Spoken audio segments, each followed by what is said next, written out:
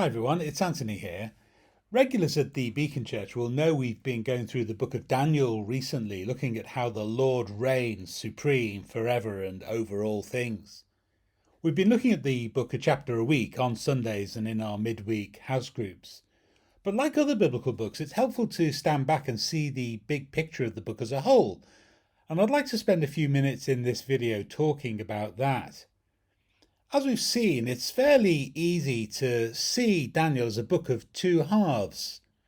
Chapters 1 to 6 contain stories about Daniel and his friends, and chapters 7 to 12 contain a series of dreams and visions given to Daniel. But it's the same message in both halves of the book. The overall message of the stories in the first half of the book is that in spite of the difficulty God's people may find themselves in now, God is in control and will have the final victory. The Lord reigns. But the second half of the book echoes the first part of the book in calling us to brace ourselves for suffering and encouraging us that God will triumph in the end. The Lord reigns. So the message of chapters 1 to 6 is about standing firm in exile, and the message of chapters 7 to 12 is about seeing clearly in exile. And it's because the Lord reigns that we can stand firm and see clearly. But there's something else going on here which is really interesting. We read it in English or whatever our home language is, but the book of Daniel was originally written in two languages, Hebrew and Aramaic.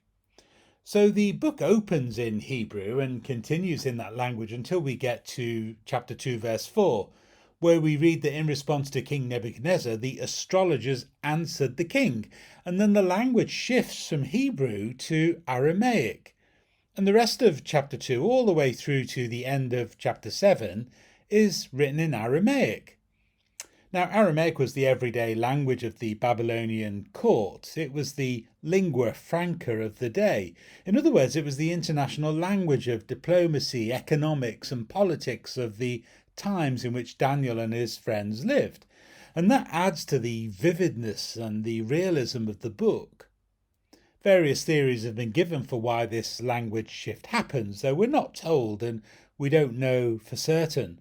Some have suggested it makes this section, chapters 2 to 7, particularly relevant to non-Jewish nations, and that may well be the case. But then the book shifts back to Hebrew from chapter 8 until the end of the book in chapter 12. But what's even more interesting is that if we take a closer look at the Aramaic section in chapters 2 to 7, it seems to have a structure all of its own. And let me try to show what we mean by that. In chapter 2, we have Nebuchadnezzar's dream of a statue of 4 different materials representing 4 different nations which come and go. A rock smashes the statue and it comes crashing down, and the rock becomes a huge mountain which fills the whole earth. God sets up his kingdom. But that matches nicely with chapter 7, at the other end of the Aramaic section, with Daniel's dream of 4 beasts representing 4 powers which come and go, ending with the Lord setting up his throne and giving authority to one like a son of man, to whom is given an everlasting dominion and a kingdom that will never be destroyed. God sets up his kingdom. Then in chapter 3, we have the story about worship the golden statue or perish in a pit, which matches the story in chapter 6 about worship Darius or perish in a pit. In both cases, a king demands that people worship him, and when the people of God refuse to do so, they are cast, the same word is used in both chapters, into a pit of fire in chapter 3, a pit of lions in chapter 6. And in both cases, an angelic visitor protects the would-be victims. So both stories show something of God's power in rescuing his people. It's not foolish to serve the Lord in exile.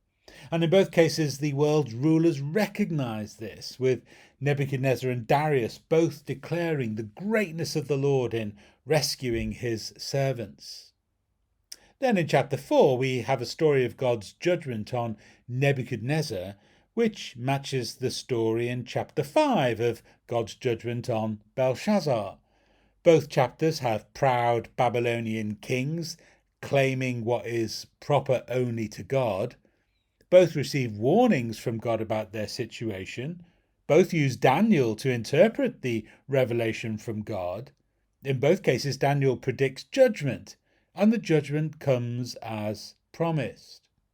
Now, put all this together and we can see that this structure encourages us to ask what links there might be between the dreams of chapters 2 and 7, the trials of chapters 3 and 6, and the kings of chapters 4 and 5. So whether we think of the book of Daniel in terms of stories and visions, or of the Hebrew sections and the Aramaic section, they all have the same basic theme or message. In spite of present difficulties God's people encounter in the world, God will have the final victory. We can stand firm in exile, and we can see clearly in exile, because the Lord reigns.